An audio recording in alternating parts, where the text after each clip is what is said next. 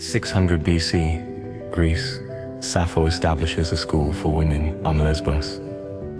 Love shakes my heart like the wind that falls on oak trees, by Sappho.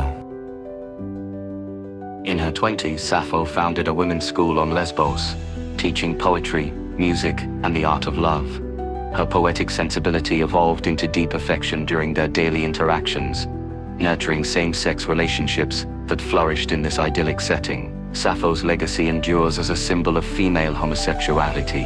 The term lesbian itself derives from Lesbos. Plato revered her as the 10th muse, recognizing her profound cultural impact.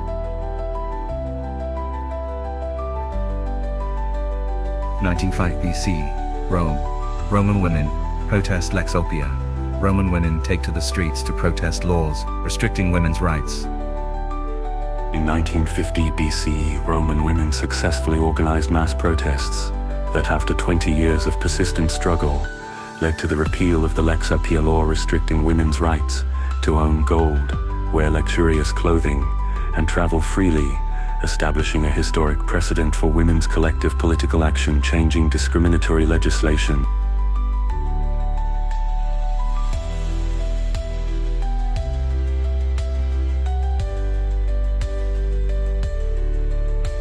CE, China.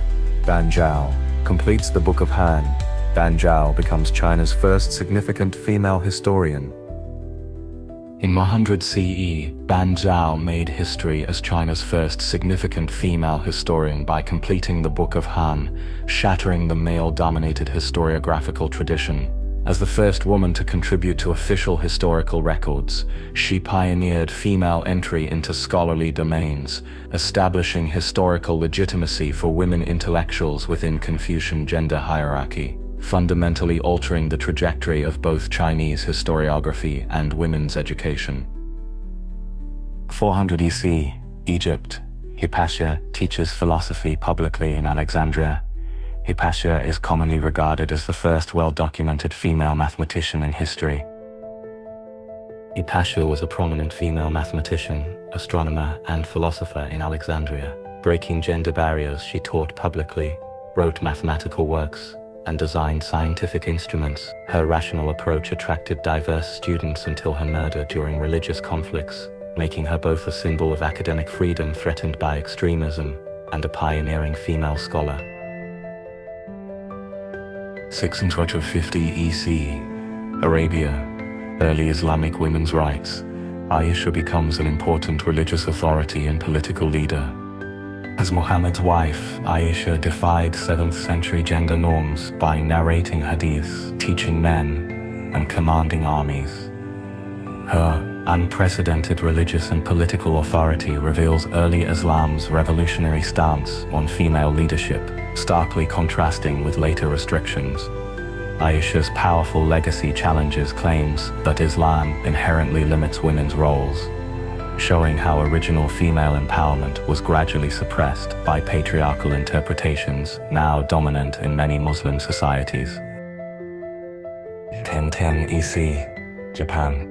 Murasaki Shikibu creates The Tale of Genji. The world's first novel is completed by a Japanese woman. Murasaki Shikibu's The Tale of Genji predates Don Quixote, 1605, widely considered the West's first novel by nearly 600 years. As the world's first true novel, this groundbreaking achievement is all the more extraordinary for being created by a Japanese woman within a deeply patriarchal society, defying both historical and gender boundaries in literary innovation. 1405 EC, France. Christine de Pizan's The Book of the City of Ladies. Publication of the first Western feminist text.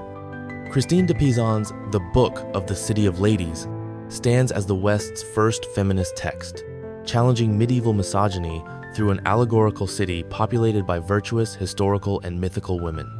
As Europe's first professional female writer, de Pizan boldly confronted male authors' denigration of women, establishing intellectual foundations for gender equality centuries before modern feminism. Her remarkable achievement demonstrates extraordinary intellectual courage within the constraints of medieval society. 1540 Ek, India. Mirabai's poetry defies traditions. Mirabai expresses female spiritual freedom through poetry. Mirabai was a renowned 16th century Indian poetess and devoted Krishna worshipper who refused to conform to traditional roles expected of noble women. After her husband's death, she rejected both the sati custom and conventional widowhood. She left the palace, traveled widely, and composed passionate poetry expressing her love for the deity Krishna and her quest for spiritual freedom. Her verses challenge societal restrictions on women, emphasizing women's right to pursue their own spiritual paths and forms of expression. Mirabai's works remain widely celebrated in India today, symbolizing women's resistance to social constraints. 1609 ECC, England. Mary Ward establishes female institutes. Mary Ward defies church prohibitions to establish schools for girls. Mary Ward defied 17th century Catholic doctrine by establishing the first non-cloistered female religious order and schools for girls. Despite imprisonment and papal suppression, she persisted in her revolutionary belief that women deserved equal education and could serve God without confinement. Her vision transformed the Church's view of women's roles and created the foundation for modern Catholic female education legacy that continues globally today. 1791 Ek, France. Olympe de Gouges' Declaration of the Rights of Woman. Women have the right to mount the scaffold. They must equally have the right to mount the rostrum, by Olympe de Gouges. Olympe de Gouges was a feminist pioneer during the French Revolution who published the Declaration of the Rights of Woman and the Female Citizen in 1791, directly challenging the exclusion of women from the Declaration of the Rights of Man. She boldly proclaimed, "Women have the right to mount the scaffold. They must equally have the right to mount the rostrum," demanding equal civil, property, and educational rights for women. Executed for her political stance in 1793, she proved with her life the dangers and necessity of fighting for women's rights, becoming an iconic figure in the global struggle for women's rights.